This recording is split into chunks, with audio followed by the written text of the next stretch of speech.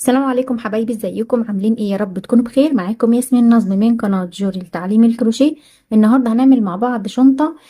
هي زي جراب كده للموبايل او شنطة كروس صغيرة. هستخدم فيها خيط سلسلة. سمك الخيط ده 2 ملي. هشتغل بإبرة 3.5، ممكن تشتغل بإبرة 4 أو 4.5. البقرة دي هي اللي عندي، لو ما كفتش هشتغل معاكم بلون تاني، بس عشان اللون فاتح هنبدأ بيه، بس إن شاء الله تكفي. هبدأ أول حاجة بطول الشنطة، يعني أمام وخلف وقلاب. هعمل عقدة وهرتفع عدد سلاسل: 1 2 3 4 5 6.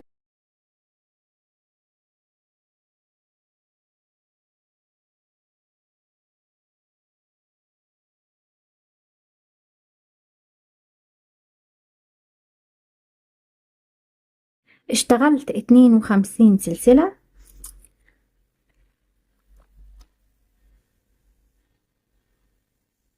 الطول بتاعهم 34 سم. هبدأ أشتغل على الغرز. هاجي هنا في أول غرزة بتقابلني هشتغل غرزة حشو، وهدخل في الحلقة الخلفية، الحلقة اللي جنب دي بتاعت غرزة الحشو، وهشتغل فيها حشو. ده كده كأنه عمود بلفة. هاخد لفة وهسيب دايرة، نص دايرة دي، وهروح على اللي بعدها هشتغل فيها عمود بلفة، وتاني غرزة عمود بلفة، يعني هشتغل في نفس المكان 2 عمود بلفة. هفوت غرزة واروح للي بعدها وهشتغل فيها 2 عمود بلفة. 1 2. هفوت غرزة واللي بعدها 2 عمود بلفة.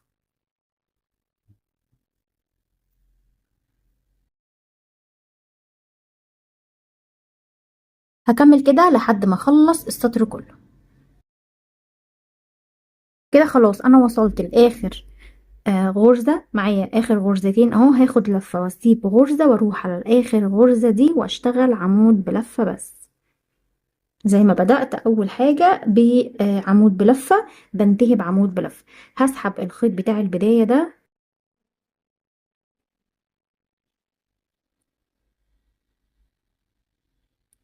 وهشتغل عليه. مش هرتفع سلسلة وهلف الشغل. هدخل تحت الحلقتين اشتغل حشو واخد الخيط ده معايا، وهروح على الطرف الاخير ده واشتغل حشو بالشكل ده كده. هاجي هنا بقى في ما بين الاتنين عمود بلفة هنا اهو، هشتغل ما بينهم. هبدأ دلوقتي اعمل حرف في. هدخل ما بين الاتنين عمود بلفة واشتغل عمود، وهرتفع سلسلة، وفي نفس المكان هشتغل عمود.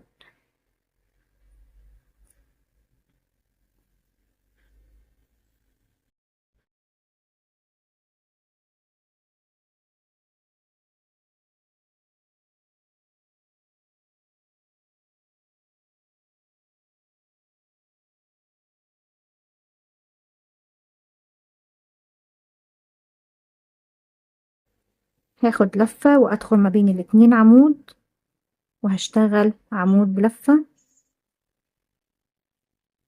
وهرتفع سلسلة، وفي نفس المكان هشتغل عمود بلفة.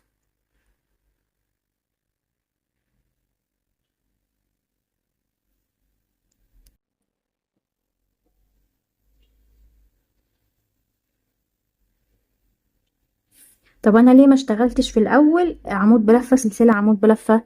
عشان اشتغل عمود بلفة سلسلة عمود بلفة لازم اسيب سلسلتين من تحت عشان الغرز تبقى مظبوطة، يا اما اللي تحت دي هتبقى شدة قوي، وهتبقى لان طبعا هتشتغل عليها 3 عواميد، عمود بلفة سلسلة عمود بلفة، يبقى لازم تسيبي غرزتين. لو سيبنا غرزتين الفراغ ده هيبقى كبير قوي وهتبقى شكلها مش حلو. فانا هبدأ انقص، انا كده بزود في كل ما بين عمود وعمود بزود سلسلة، هتجمل معاكي في اخر السطر كله بعدد سلاسل زيادة، مش هتبان في النص واحنا هنيجي نظبطها في اخر سطر. هبدأ دلوقتي اشتغل ما بين كل عمود وعمود، هشتغل عمود بلفة وارتفع سلسلة، وفي نفس المكان عمود بلفة.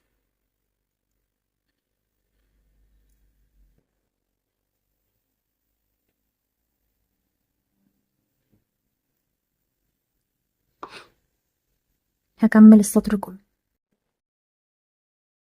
كده انا خلاص خلصت السطر كله، فاضل معايا بس اخر عمود. هاخد لفة وادخل هنا تحت الحلقتين وهشتغل عمود بلفة. هلف الشغل وتحت الحلقتين هشتغل حشو، في اخر الضلع الاخير من غرزة الحشو هشتغل فيه حشو. بعد كده هدخل هنا في حرف الفي وهشتغل عمود بلفة، ارتفع سلسلة، هشتغل عمود بلفة.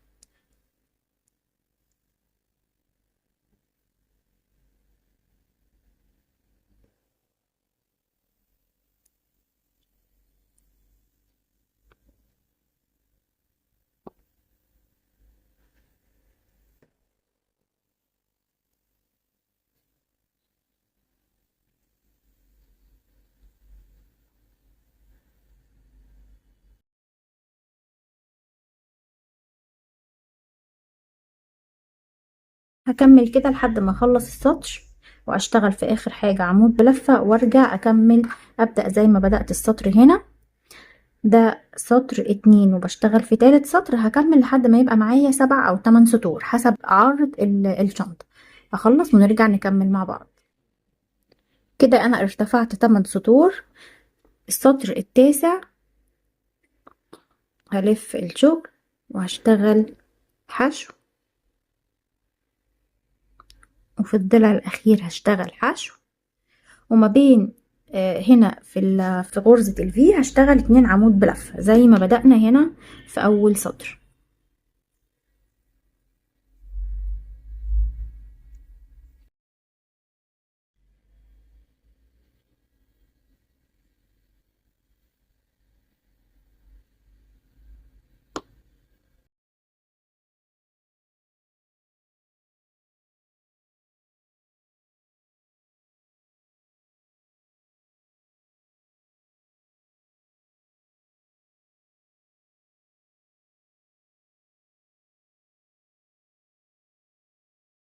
زي ما اتفقنا اللون التاني ما كفاش لان البقرة كانت خفيفة جدا، كانت حوالي 180 جرام. كملت باللون ده بنفس الطريقة بالظبط. هبدأ دلوقتي اشتغل الجوانب برضه هشتغلها معاكم باللون الفاتح، وانا هكمل باللون الغامق. هعمل عقدة وهرتفع 18 سلسلة، 1 2 3.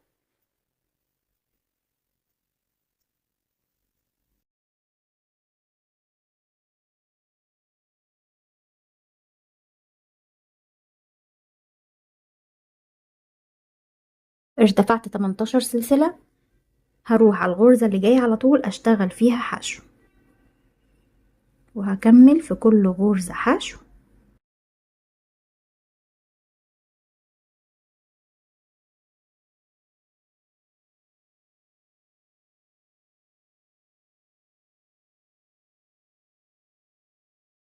لحد ما اوصل لعقدة البداية. هاجي هنا عند عقدة البداية هشتغل فيها 3 غرز حشو، 1 2 3. هقفل الدايرة وهشتغل على الاتجاه التاني هنا غرز حشو.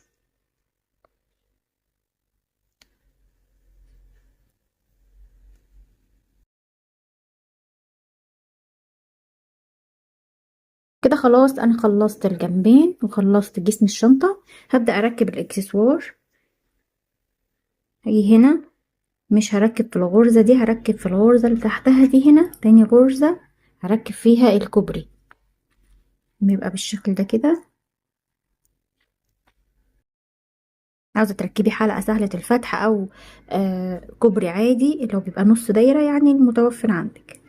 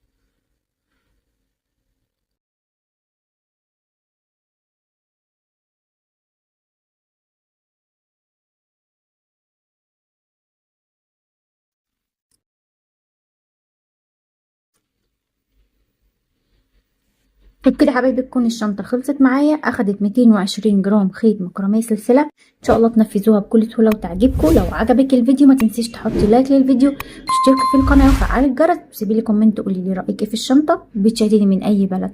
انتظروني ان شاء الله في فيديو جديد، والسلام عليكم ورحمة الله.